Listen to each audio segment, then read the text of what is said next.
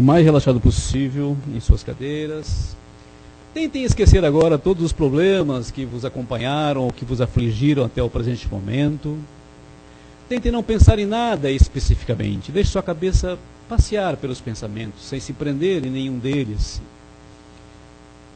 E assim, respirando tranquilamente, vamos buscando a presença meiga de Jesus em nossa tela mental. Jesus vivo, estendendo seus braços para nós, como que convidando-nos para um abraço fraternal. É Jesus, o nosso amigo celeste, que nos convida, meus queridos amigos, para, nesta noite, nos abraçarmos, receber energias novas.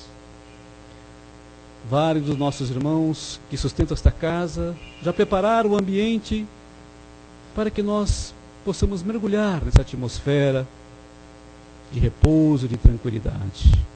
Vamos nos preparando para receber todas essas dádivas preparadas pelo alto, rogando aos nossos mentores amigos, aos nossos guias e aos nossos protetores, que nos amparem mais esta noite, para que possamos receber tudo aquilo que viemos buscar.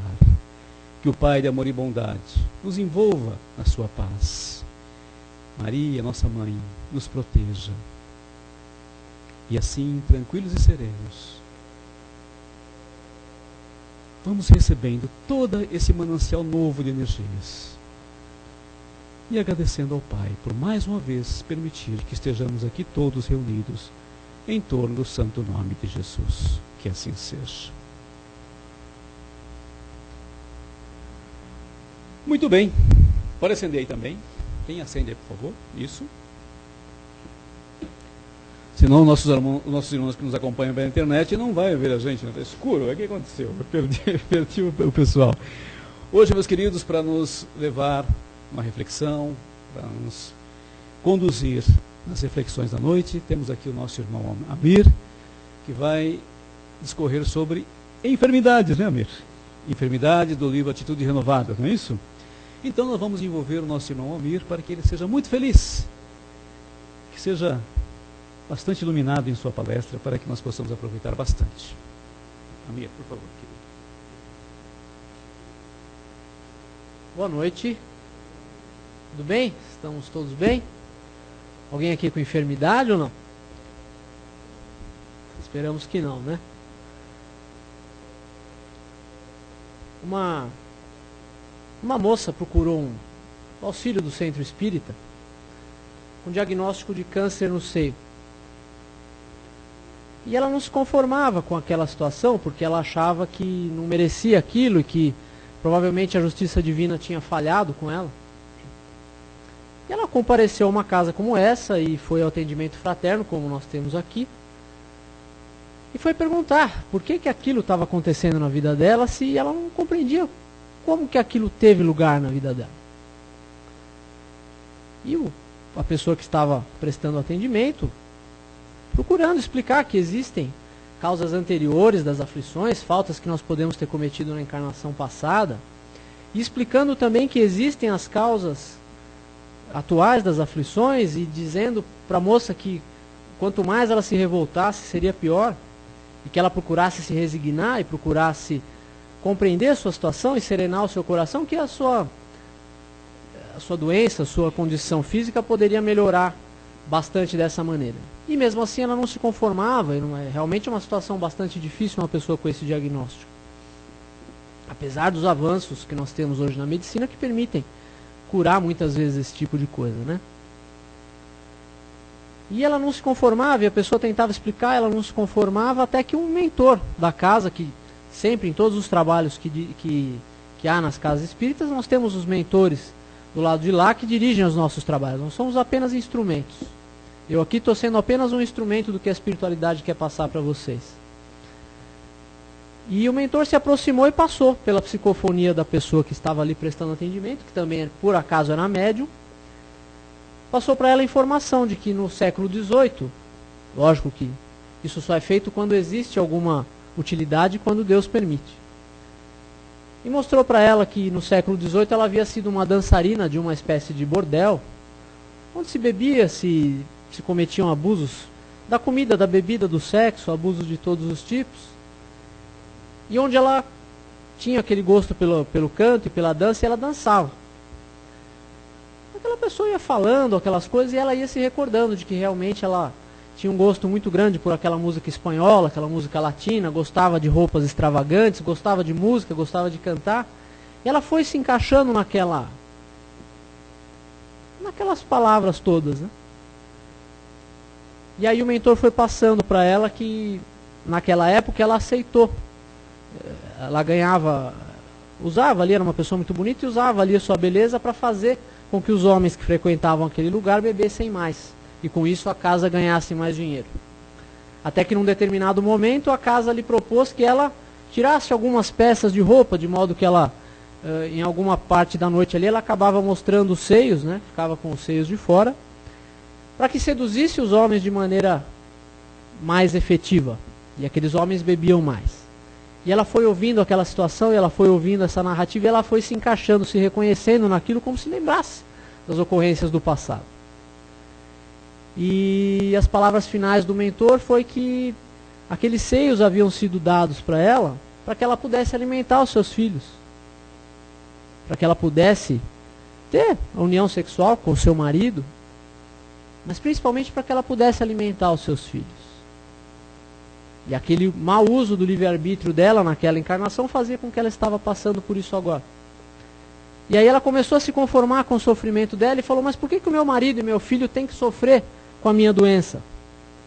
E aí o mentor passou também que o marido era o empresário dela e o atual filho era o dono do bordel. Aqueles que erram juntos sofrem juntos, muitas vezes. Mas não é só pelo sofrimento que nós podemos reparar essas coisas. Não é só pela colheita do mau uso do nosso livre-arbítrio que nós precisamos esperar o retorno do mal que nós fizemos, desde que o bem chegue antes. Então, se nós tomamos consciência e o bem chega antes, e nós nos propomos a reparar de alguma maneira, ou com as mesmas pessoas, ou com outras pessoas, o mal que nós fizemos no passado, nós vamos reduzindo a nossa necessidade de passar por esses sofrimentos. Porque se por um lado existe a justiça divina, que não deixa passar impune nenhum tipo de falta, essa justiça divina sempre anda de mãos dadas com a misericórdia. Ela nunca vem desacompanhada da misericórdia. E manda a misericórdia divina que as pessoas que se encontram a serviço do semelhante, e quando a justiça lhes procure para cobrar alguma falta do passado, manda a justiça divina, manda a misericórdia divina que essa pena seja suspensa por tempo indeterminado.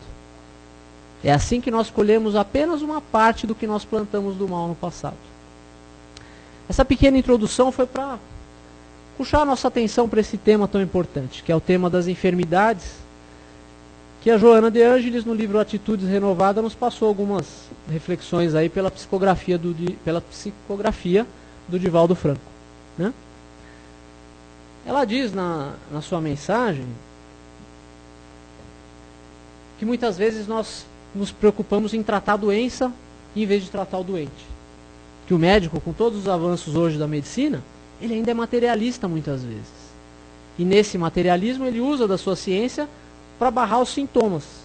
Mas não necessariamente ele está tratando as causas do problema. Muitas vezes nós nos preocupamos em, eu quero tirar essa doença da minha frente. E muitas vezes nós tiramos. Se eu estou com uma infecção, eu tomo um antibiótico, a infecção vai embora. E não estamos dizendo também que todas as doenças tenham uma causa espiritual. Não é isso. Né? Se nós comemos hoje no jantar alguma coisa estragada, vai nos fazer mal, mas a causa não é espiritual. A causa foi a comida estragada. Se eu tomei um monte de coisa gelada e não me agasalhei, fui na chuva e deixei com que a minha resistência física abaixasse bastante, eu vou ficar doente, mas não é por isso que aquilo vai ter uma causa espiritual. Mas essa não é a regra. A grande maioria das doenças, ela tem uma causa espiritual. E mais profundamente ainda, tem uma causa moral. As nossas imperfeições morais são a causa da maior parte das nossas doenças. Ela fala aqui que na raiz dos desastres orgânicos, o indivíduo se encontra com conflitos conscientes ou ignorados, autopunição, né? Muitas vezes nós temos culpas por coisas que nós fazemos, e ficamos nos punindo, nos culpando, como se isso fosse adiantar alguma coisa. A punição, a culpa, ela não vai adiantar nada, desde que a gente não tenha o desejo de melhorar e de fazer diferente. O que realmente vai nos redimir é o desejo da reparação. É o que nós vamos fazer para mudar o mal que nós fizemos. E não se sentir culpado. Autoflagelação, ficar ajoelhado no milho de pipoca lá para os joelhos ficarem em carne viva, nada disso vai nos ajudar. O que vai nos ajudar é a própria modificação da consciência. Não da informação, da consciência. São coisas diferentes. Informados todos nós estamos. Todo mundo que já frequentou uma casa espírita por 2, 3 semanas, já leu pelo menos um livro espírita, ela está informada. Ela sabe quase tudo que ela tem que fazer. Qualquer que seja o livro que ela tenha lido. Mas ela pode não estar consciente. Porque essa é a parte difícil. A maioria de nós, e aí eu estou me incluindo também, nós estamos informados sobre tudo o que nós temos que fazer. Mas nós não temos consciência suficiente para colocar aquilo em prática. Informação é diferente de consciência. Está claro isso? Isso é uma coisa muito importante, porque às vezes nós lemos 450 livros e não fazemos uma única modificação no nosso interior. E aí esses livros foram o quê? Informação, cultura. Mas não é a cultura que vai nos garantir a passagem segura para o lado de lá. O que nos garante a passagem segura para o lado de lá é a transformação interior. Como? É muito conhecida aquela passagem em que Jesus expulsa os vendilhões do templo, não é? Que ele fala, derruba aquelas mesas e tudo, e fala que eles estavam transformando a casa do Pai, que era o templo, num covil de ladrões. É muito conhecido isso aí. Todos esses filmes de Jesus a gente vê, né? Essa passagem é muito marcante. Mas existia uma lição maior ali que Jesus estava tentando passar. Jesus não estava tentando passar uma lição de violência ou de dominação em cima dos outros, nada disso. Por muitas vezes no Evangelho, Jesus se referiu ao templo como o nosso corpo físico. Quando ele diz, por exemplo, destruam esse templo, eu vou reconstruí-lo em 3 dias. Ele estava se referindo ao corpo dele, ao corpo físico. E foi o que aconteceu. 3 dias depois de desencarne, ele estava ali com os apóstolos, não estava? Não que ele tenha reconstruído o corpo físico, mas ele estava ali de volta. Então ele se referiu muitas vezes ao templo como o corpo físico. O corpo é o templo do espírito. Então o que é você expulsar os vendilhões do templo? Ah, eu só sei falar mal do meu chefe. Expulso o vendilhão do templo, que é a maledicência. Ah, eu não consigo sair da mesa antes de comer 3 quilos de comida. Expulso o vendilhão do templo, que é a gula. Ah, eu não consigo participar de uma reunião de Natal, aí, de aniversário na minha família, sem brigar com alguém. Expulso o vendilhão do templo, que é a briga. Isso é expulsar os vendilhões do templo. Vamos pensar no templo como o nosso corpo. E o nosso espírito também. Como se fosse um templo sagrado. E essas coisas que nós temos que expulsar, essas coisas que transformam o nosso templo interno num covil mal frequentado, vamos dizer assim, essas precisam ser expulsas. O que nós precisamos expulsar hoje? O Cristo disse, né? Toda semente que o Pai não plantou será arrancada e lançada fora. O que ele quis dizer com isso? Que o mal não foi Deus que plantou dentro da gente. Se não foi Deus que plantou o mal dentro da gente, ele vai ter que sair. Mas como é que ele vai sair? Alguém vai vir arrancar de fora? Não. Nós vamos expulsar de dentro para fora. E é expulsando de dentro para fora que a gente vai se limpando por dentro. Que a gente vai conseguindo uma pureza de coração, um grau de consciência mais elevado, de acordo com a informação que nós temos. E aí o que nós temos como informação vai se tornando consciência. Tá claro? A Joana de Ângeles fala também que o ser humano é na realidade a consciência e não a aparência. Essa aparência é o que nós vemos no dia a dia. São as aparências exteriores. E nós somos loucos por uma aparência exterior, não somos? Queremos ter aquele carro novo para dar uma desfilada, queremos ficar sem barriga para poder colocar uma roupa diferente. Talvez não tenha nada de mal nisso. Mas o problema é que se nós ficamos escravos disso, se nós ficamos escravos disso, nós estamos escravos do quê? Do ego. O psicanalista na época, o Jung, ele distinguiu muito bem essas duas instâncias, do transitório e do eterno. O que é transitório, que é o que nós chamamos aqui de personalidade, de ego, é o que se identifica com o carro bonito, é o que se identifica com a beleza física, que um dia, daqui 30, 40 anos, ela não vai existir mais. É o que se identifica com a riqueza, é o que se identifica com o poder. Esse é o ego. O que ele chamou de self, que é o espírito, não se identifica com nada disso. Se você pudesse perguntar para o teu espírito nesse momento, se você pudesse se libertar de todas as amarras do ego, de tudo que te prende aqui, e perguntar para o teu espírito se o carro novo é importante, ele vai te dizer que não. Se a beleza física é importante, ele vai te dizer que não. Ele vai te dizer que o importante é o que você vai levar do lado de volta. Vai levar para lá, de volta para o lado de lá. É isso que ele vai te dizer. E ele sabe, ele tem consciência. Quando nós estamos fora da matéria, nós temos um grau de consciência muito maior. Nós recobramos a nossa consciência, praticamente na sua plenitude. Muito maior do que nós temos aqui. O corpo físico ele é sempre uma oposição. Ele sempre funciona como uma espécie de amortecedor das sensações e dos sentimentos. Vamos prestar atenção que o sentir é usado nessas duas coisas, na sensação e no sentimento. São coisas muito diferentes que nós usamos a mesma palavra. Entendeu? Então, o que nós chamamos de ego, ele muitas vezes ele é inteligente, ele pensa muito, mas ele está identificado com a matéria. Ele está identificado com o transitório. E tudo que é transitório, um dia vai ter que morrer. Nós vamos durar quanto aqui? Quem durar mais vai durar 100 anos. Mas aí nós passamos para o lado de lá. O ego não existe mais quando nós passamos para o lado de lá. Existe o espírito. E o que o espírito... O que ele pode pegar aqui como bagagem? De material, nada. O salário do pecado é a morte. Não é assim que está na Bíblia? Quer dizer o quê?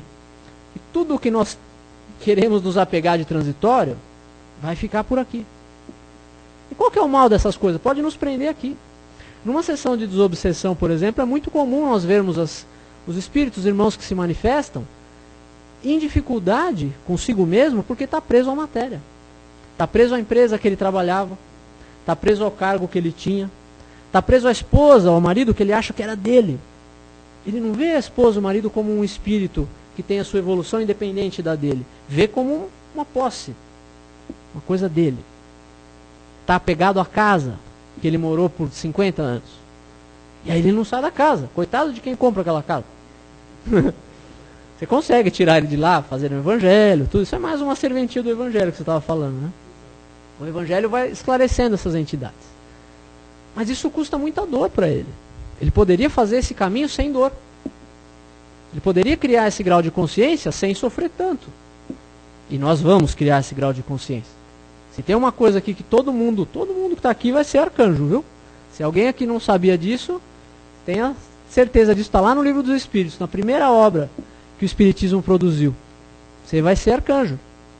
Agora depende de você, se vai demorar 2 ou 3 encarnações ou se vai levar 50 bilhões de anos. Isso depende de nós. Né? Como é que nós vamos adquirindo isso? Consciência.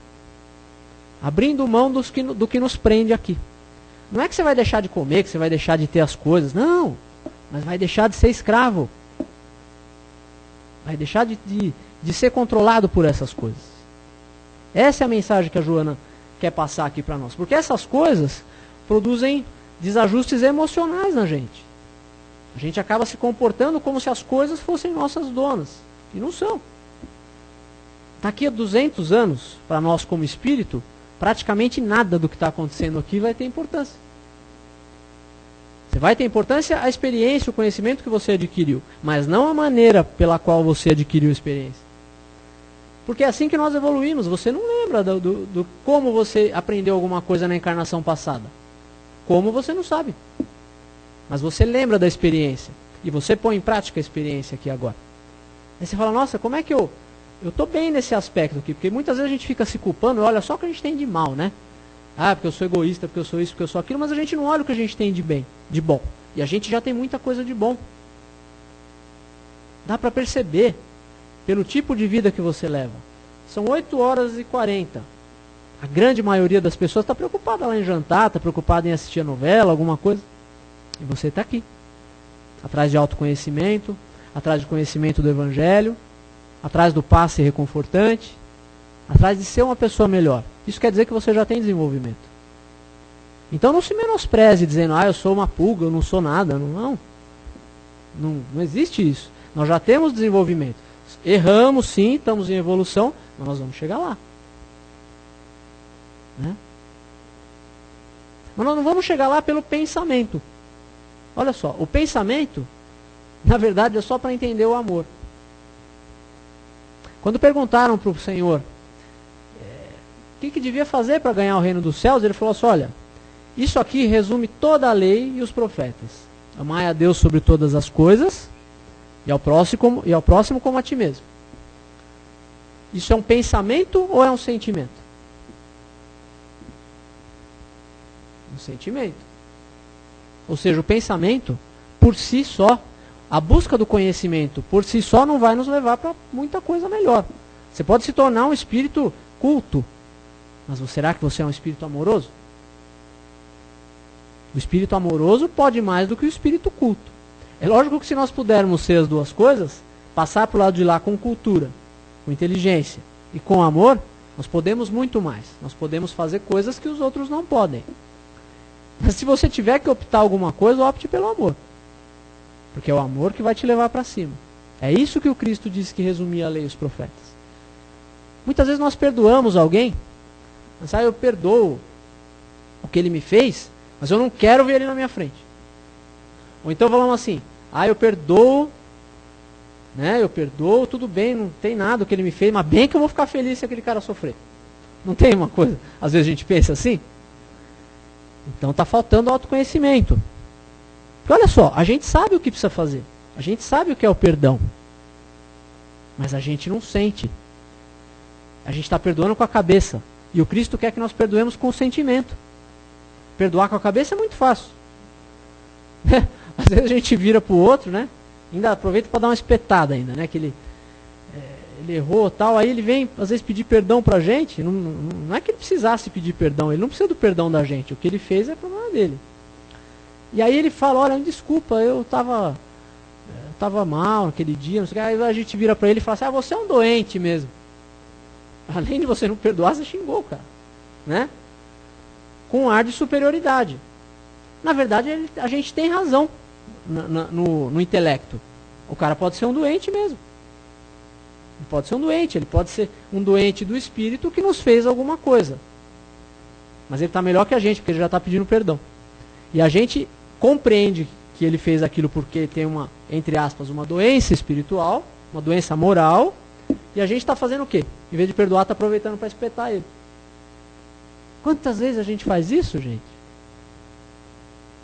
Né? Que cada um de nós interrogue a própria consciência e veja se nunca fez alguma coisa desse tipo.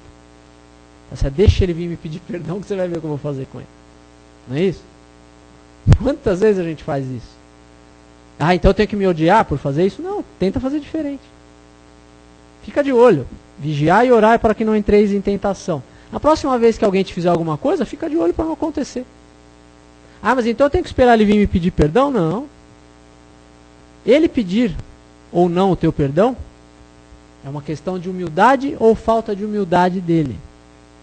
Você perdoá-lo ou não é questão de você jogar essa carga toda no chão ou de você ficar carregando isso nas costas.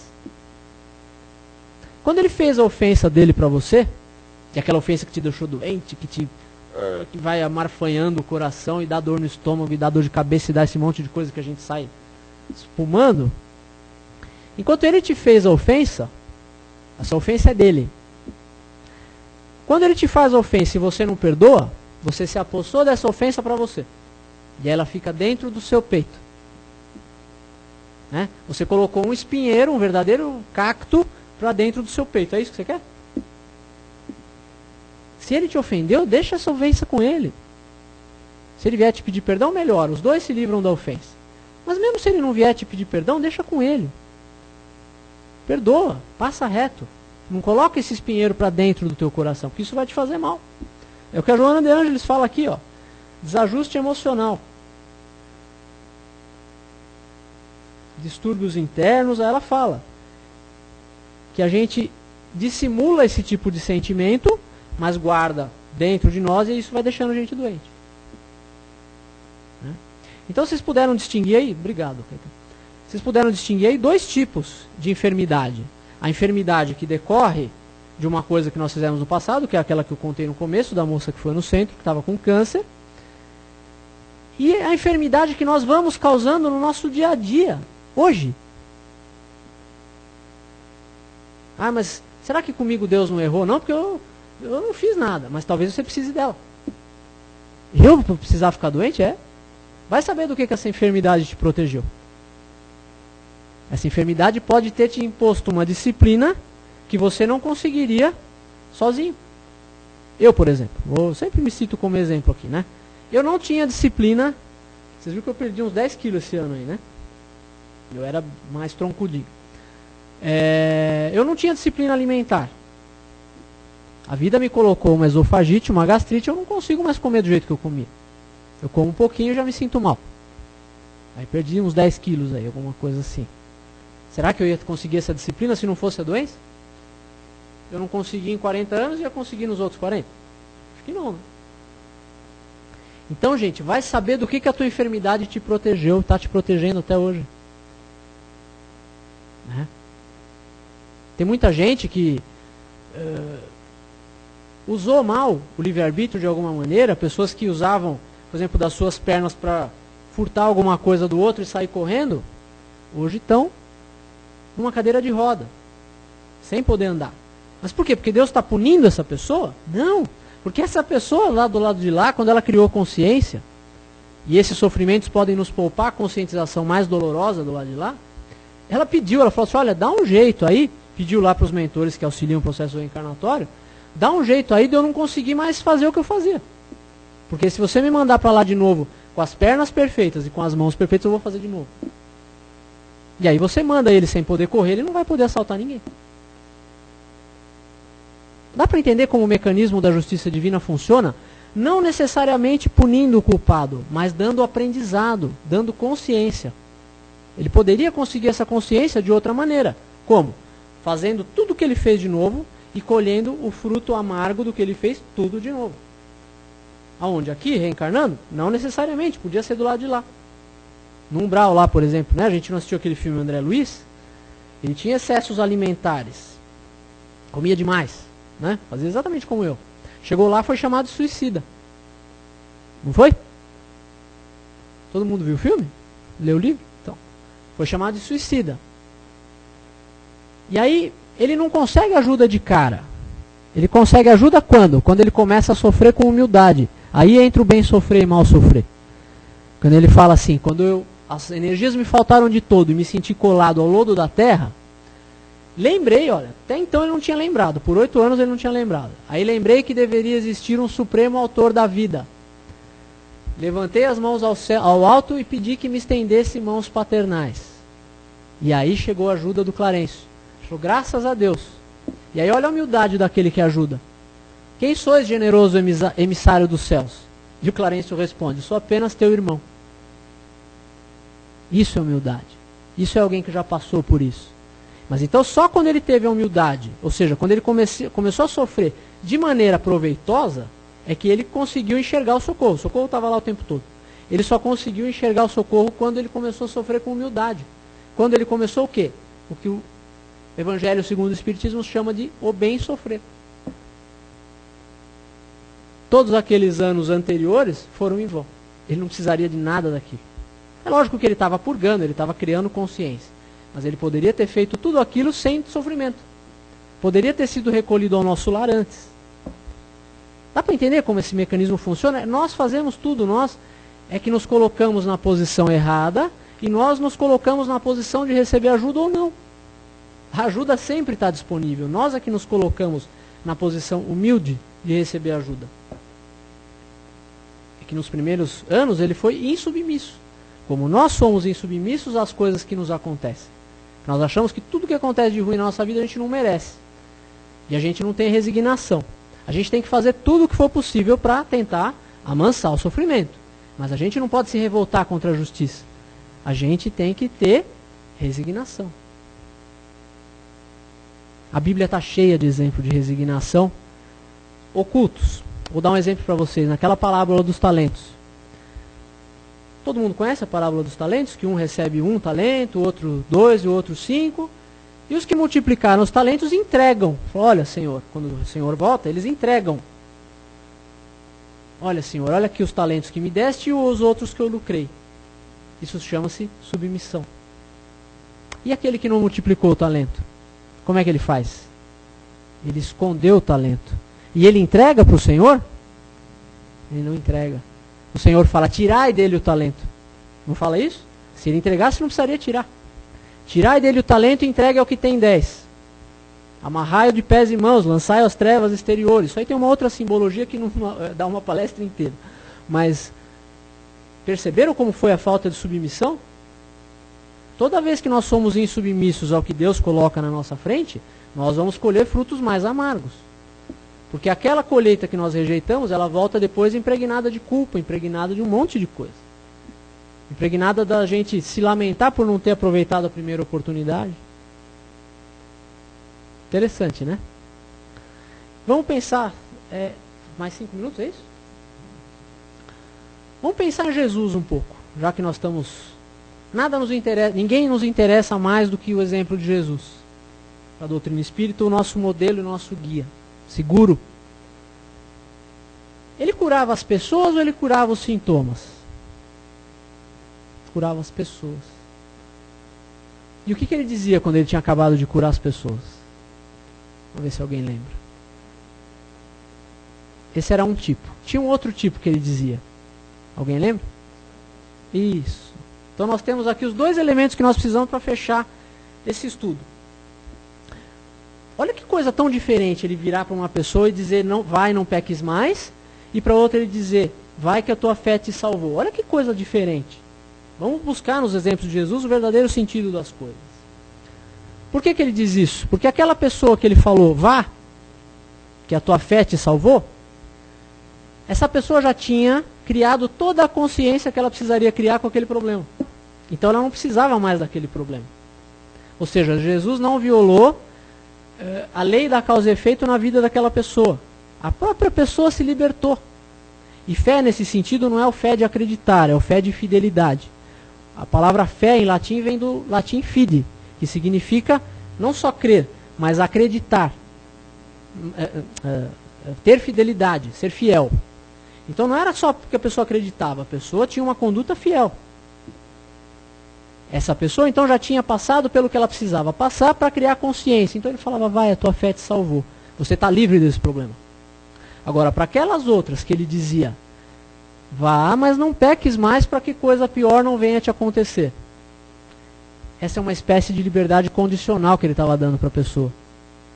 Porque a pessoa poderia experimentar ficar um pouco livre daquele problema. Mas nem ela, e nem Jesus, porque Jesus não tinha certeza do livre-arbítrio que ela poderia usar, o uso que ela poderia fazer do seu livre-arbítrio, ele deixava. Ele até poderia prever, mas ele deixava a pessoa fazer o uso que ela quisesse. Essa pessoa estava numa espécie de liberdade condicional. Ele estava dizendo, olha, você está sem o seu problema por agora, mas se você voltar às suas condutas de antes, esse problema pode voltar. Você ainda não está livre dele. Por que você ainda não está livre dele? Porque você não está livre da imperfeição moral que causou esse problema. Ou seja, Jesus estava tratando nesse momento o sintoma. E deu uma chance para a pessoa. Falou assim, olha, experimenta ficar sem isso. Vê se você dá conta. Algumas deram conta? A gente não sabe. Mas certamente, quem deu conta não deu conta sozinho. Tudo posso naquele que me fortalece. Se eu sou arrogante, se eu sou egóico e digo, eu posso, eu confio em mim, na verdade, eu não posso. Por isso que o Paulo dizia, se eu sou forte, sou fraco. Se eu sou fraco, sou forte. O que ele quer dizer? Se eu sou fraco, eu recorro a Deus. E aí eu consigo. Se eu sou forte, eu quero botar o peito na frente e passar em cima de tudo que está na frente. Aí eu não posso. Por quê? Porque eu estou no ego, eu não estou no espírito. Esse sentimento é do ego, não é do espírito. O espírito que se deixa sentir assim é porque ainda está dominado pelo ego. Tudo bem?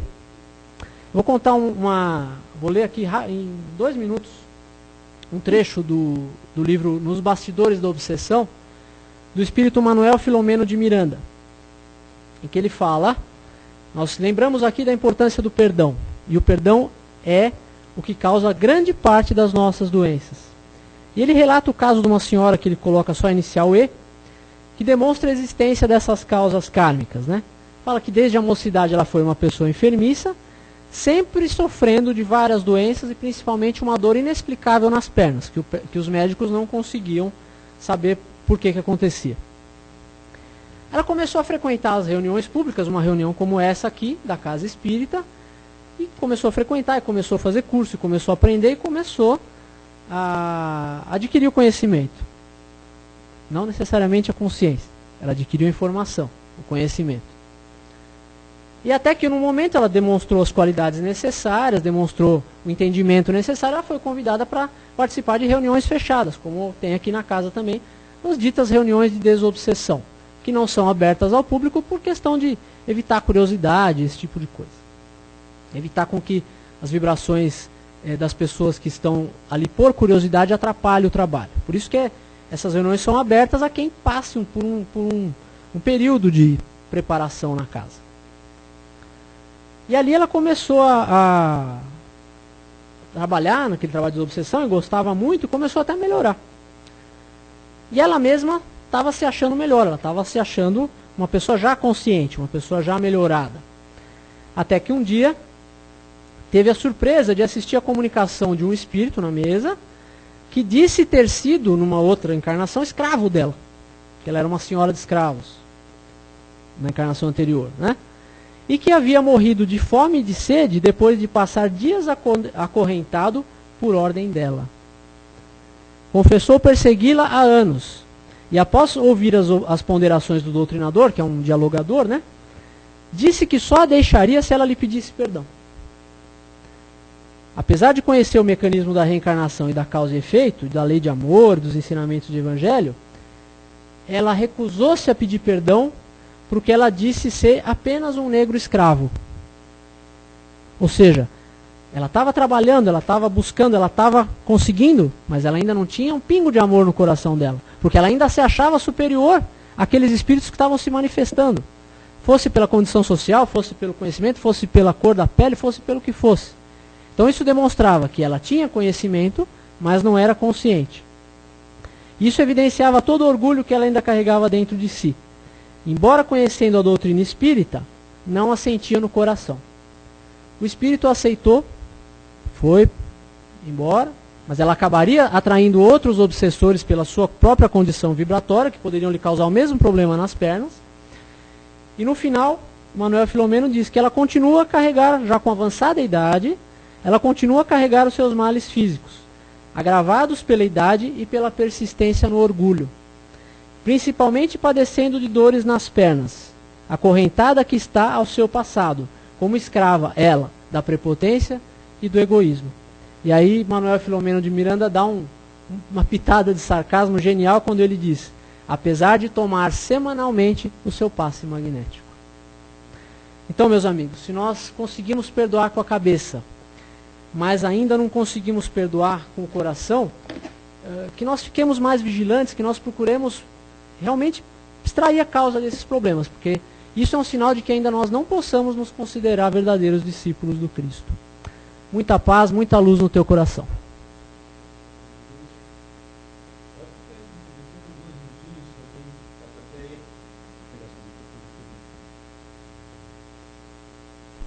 Nós temos 2, 3 minutinhos para alguém que queira fazer alguma pergunta para o Amir. Eu sempre falo demais. Alguém quer fazer alguma pergunta para o Amir sobre esse tema, sobre essa doença, por favor?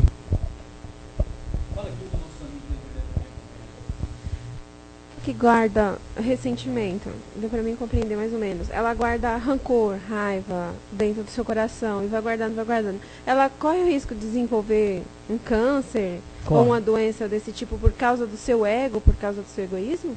Corre. Corre porque o que acontece?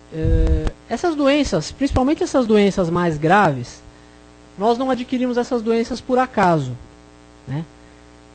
E eu não sei se vocês já ouviram falar em perispírito, que é uma espécie de envoltório que o corpo conserva mesmo após o desencarne. Tudo que nós fazemos de mal para nós e para os outros, ele se grava nesse perispírito. Né? O perispírito é como se impressionasse, como se ele gravasse tudo isso. E numa nova encarnação, ou até na mesma, o perispírito vai transmitir essas vibrações enfermiças, da falta de perdão, do egoísmo, de tudo isso, para o corpo físico.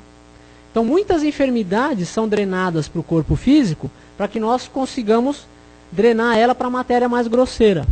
Porque enquanto ela está no perispírito, que é a matéria mais sutil, muitas vezes nós ainda não temos, pela nossa falta de consciência, como nos livrar delas. E aí fica, vamos dizer, patente que nós vamos ter que nos livrar daquilo pelo sofrimento, e isso é drenado para o corpo físico.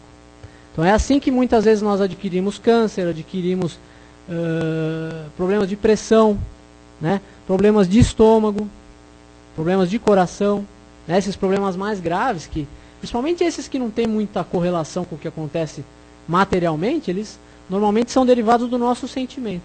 É o que os médicos chamam de doença psicossomática, que ela vem ou de uma imperfeição da alma pelos nossos pensamentos, sentimentos ainda muito viciados, ou do que nós fizemos no passado, que se traduz de alguma maneira na vibração do nosso perispírito. Deu para entender? Muito bem. Rapidinho, nosso horário está estourando. É que na verdade não existe doenças, né? Existem doentes, Isso. né? A doença vai e vem, né? Enquanto você permanecer doente, né? Isso. Você vai...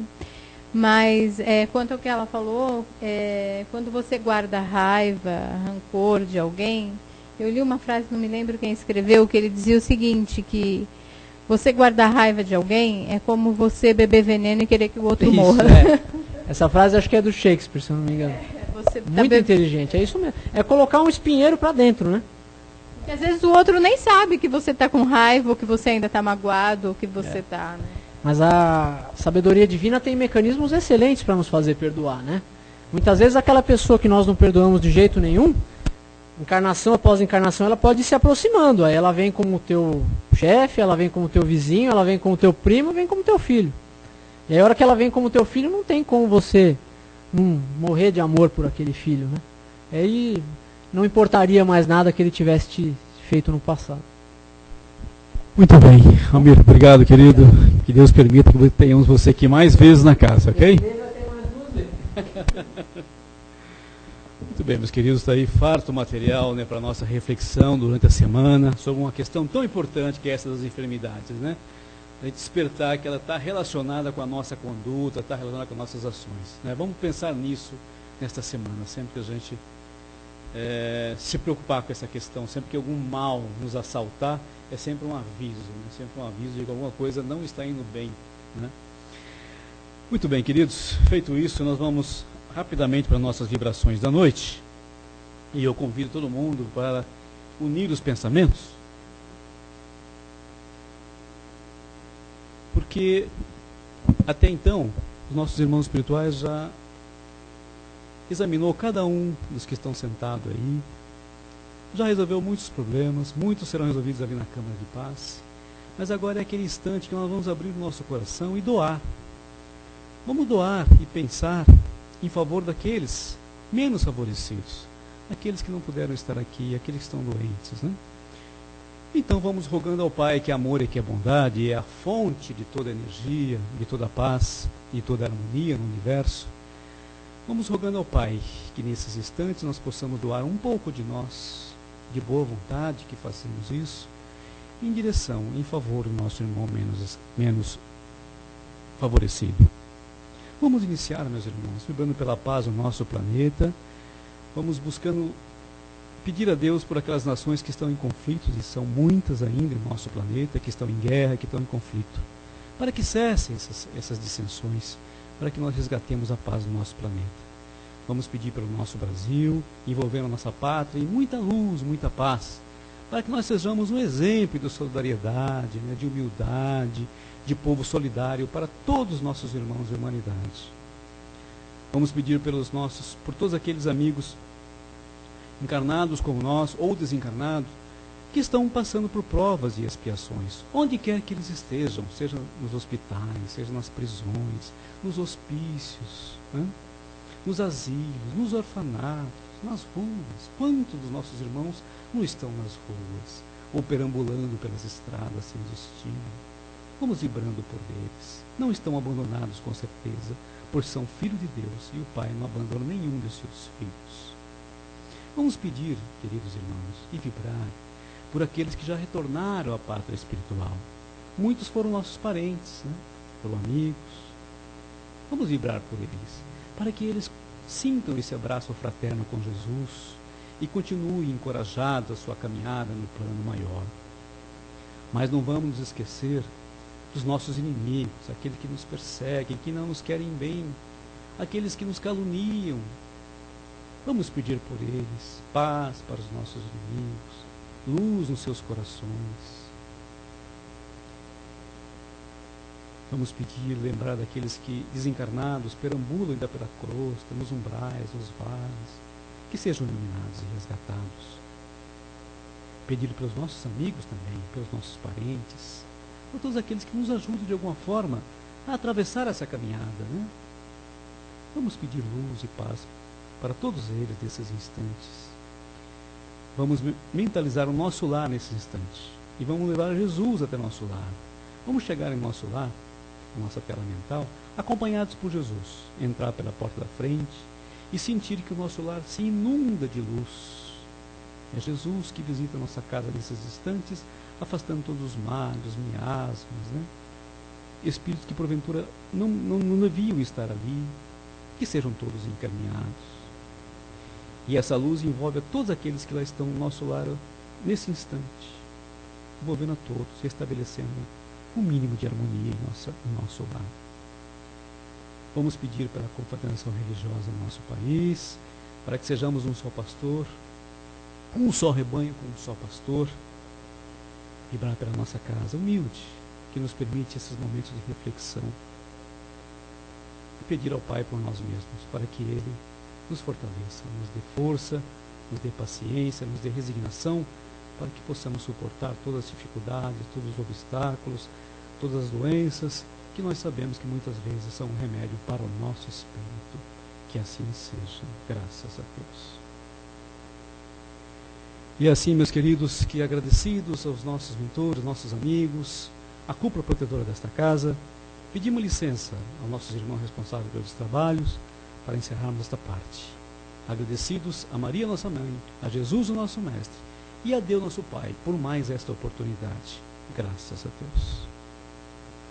Vamos ficar todos em harmonia, em silêncio, vamos ser encaminhados para os passes, e que Deus, mais uma vez, possa nos inundar de energias novas para que nós sejamos fortalecidos para mais uma semana de trabalho. Que assim seja.